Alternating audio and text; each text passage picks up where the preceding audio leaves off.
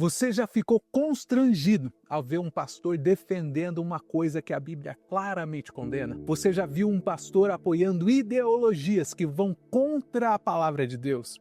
Você já se perguntou como é que nós chegamos a esse ponto? Eu quero te dizer que enquanto nós cristãos, nós estamos quietos, o progressismo ele tem ocupado todos os espaços. E eu quero mostrar para você nesse vídeo de hoje qual tem sido o resultado disso. Olá, o meu nome é Renato, eu sou simplesmente um estudante de teologia e quero te dar as boas-vindas ao nosso canal Bíblia Talk. Nesse vídeo de hoje eu quero falar sobre um assunto que tem me incomodado profundamente nessas últimas semanas. Eu quero falar sobre o progressismo e esse paganismo que tem se enraizado dentro das nossas igrejas. Eu quero te dizer que quando uma igreja ela se conforma com o mundo, ela deixa de ser igreja, ela deixa de ser luz, ela deixa de ser sal da terra. E sabe o que acontece? A sociedade inteira acaba perdendo a sua referência do que é a verdade. E hoje eu quero mostrar para você como isso tem acontecido bem diante dos nossos olhos, debaixo do nosso nariz, na nossa cara. E por que isso é muito mais perigoso do que muita gente imagina. E eu quero começar fazendo a leitura de Romanos capítulo 12, no versículo 2, que diz assim: Não vos conformeis com esse mundo, mas transformai-vos pela renovação da vossa mente. É isso que está escrito aqui em Romanos capítulo 12, no versículo 2. Mas olha só o que está acontecendo. Quando os cristãos se acomodam, quem é que ocupa os espaços de influência na sociedade? Quem é que dita as regras na educação? Quem é que controla a mídia? Quem é que controla a política? Você quer ver uma coisa muito interessante? Menos de 20% dos cristãos leem a Bíblia diariamente. Sabe quem diz isso? A pesquisa americana, estou colocando aqui na tela para você. Aí eu te pergunto, como é que uma geração que não conhece a palavra de Deus vai ter coragem para enfrentar leis que vão contra a nossa fé cristã? Você quer um exemplo disso? Primeiro, a ideologia de gênero nos púlpitos. Nós já estamos vendo por aí no YouTube pastores falando que amor é amor e que Deus nos ama do jeito que nós somos. Mas eles se esquecem de Gênesis capítulo 1, no versículo 27, que diz claramente que Deus criou homem e mulher. Enquanto isso, o que está acontecendo lá nas escolas? Nas escolas, as crianças estão sendo confundidas sobre a sua própria identidade. Mas olha só que coisa interessante. Não importa quantas cirurgias você faça para mudar a sua aparência, não importa quantos hormônios você tome diariamente para ficar mais parecido com o sexo oposto, nada vai mudar quem você realmente é perante Deus. Sabe por quê?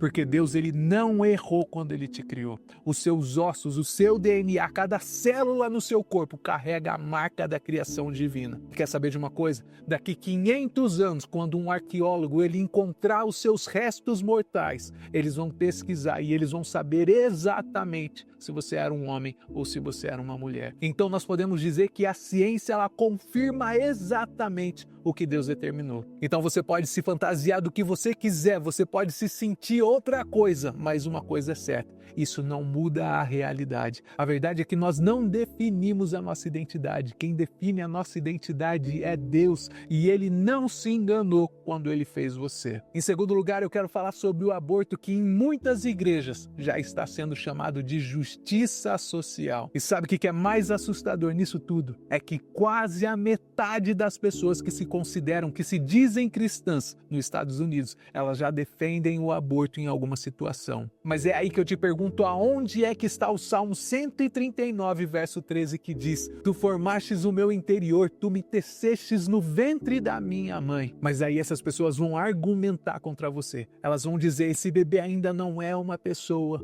Ou então elas vão dizer, mas ele não pode sobreviver sozinho fora do útero. Então se o fato dessa pessoa não conseguir sobreviver sozinha é o que implica que nós podemos matar essas pessoas. Então o que eu faço com uma criança de 2 anos de idade? O que é que nós vamos fazer com uma pessoa que está internada no hospital? O que nós vamos fazer com um velhinho, com um idoso que não consegue mais sobreviver sozinho? Olha só que interessante. Deus não falou do potencial da vida no Salmo 139. Ele falou que Ele mesmo te formou, que Ele mesmo te teceu no ventre. E Jeremias, capítulo 1, no versículo 5, vai mais longe ainda. Ele diz assim: antes que te formasse no ventre, te conheci. Então quer dizer que Deus ele conhece algo que não é uma pessoa. Você está me dizendo que Deus formou algo que não tem valor. Eu quero te dizer que a vida começa quando Deus diz que ela começa. e ela começa na concepção. E quando você interrompe esse processo, você está interrompendo a criação divina. Você quer saber uma verdade? O progressismo religioso, ele só é um carrinho, ele está pavimentando o caminho para o progressismo político. E quanto mais a igreja se dobra, mais a sociedade ela perde a referência do que realmente é a realidade. E olha só que estratégia diabólica. O inimigo ele não precisa fechar as portas da igreja, ele só precisa neutralizar a igreja. E aí você pode estar me perguntando, mas Renato, como é que ele faz isso? Ele faz isso fazendo com que a gente tenha vergonha da palavra de Deus. Quando a gente levanta a nossa voz e nós somos cancelados. Quando a gente fala a verdade e eles dizem que nós estamos tendo um discurso de ódio. É assim que eles calam a igreja. É a minoria gritando cada vez mais alto, dizendo que eu e você, o que a gente como igreja de Cristo pode ou não falar. Mas aqui tem uma coisa que muitos cristãos já se esqueceram. Atos no capítulo 1, no versículo 8 diz assim: mas recebereis a virtude do Espírito Santo que há de vir sobre vós e ser-me-eis testemunhas. Você consegue entender o que está escrito aqui? Você é testemunha, não é condicional, minha gente. Ser testemunha de Cristo é parte do que nós somos como cristão. E eu quero te dizer uma coisa, ninguém te obrigou a ser cristão, ninguém te obrigou a seguir Jesus, você escolheu por Jesus. E quando você escolhe, você escolheu ser testemunha dele. Você não consegue separar uma coisa da outra. E sabe o que Jesus falou para os cristãos mornos lá em Apocalipse, no capítulo 3, no versículo 16? Ele diz assim: assim porque és morno e não és frio, nem quente, vomitar-te-ei da minha boca. Sabe o que isso significa? Significa que ele prefere que você seja um crente frio, que não faça nada, do que você ser um crente morno. Sabe por quê? Porque o crente morno, ele é um crente irrelevante, ele não tem propósito, ele não incomoda ninguém. E se você não incomoda o mundo com a sua fé, é porque você já morreu, a sua fé já morreu por dentro e você não sabe ainda. O resultado é o que nós já estamos vendo no dia de hoje. Uma geração completamente relativista. E essa é uma geração, a geração mais ansiosa e mais depressiva da história. E eu quero te dizer que isso não é uma coincidência. Esse é o resultado de uma igreja omissa que permitiu que o pecado virasse lei e que permitiu que o erro virasse política pública. Mas eu quero te dizer que ainda existe tempo, nós ainda temos um tempo para nos posicionar. E eu quero te dizer que Deus ele nunca usou conformados para mudar a história. Moisés ele enfrentou Faraó, Daniel ele enfrentou o Império Babilônico, os apóstolos enfrentaram Roma e nenhum deles se escondeu. Nenhum deles pediu desculpa por servir a Deus ou por falar a verdade. E hoje, no dia de hoje, nós precisamos ter a mesma coragem. Nós precisamos nos revoltar contra esse pecado que está institucionalizado dentro e fora das nossas igrejas. Eu quero te dizer que o silêncio agora é ser cúmplice do que está acontecendo. Sabe por quê? Porque a nossa omissão, ela vai fortalecer cada vez mais esse sistema diabólico que está ali fora. Eu e você como cristãos, nós precisamos ser a voz profética de Deus na terra. Não só lá no culto de domingo, quando você se reúne com o seu clube de crente, mas na praça pública, na educação, na cultura,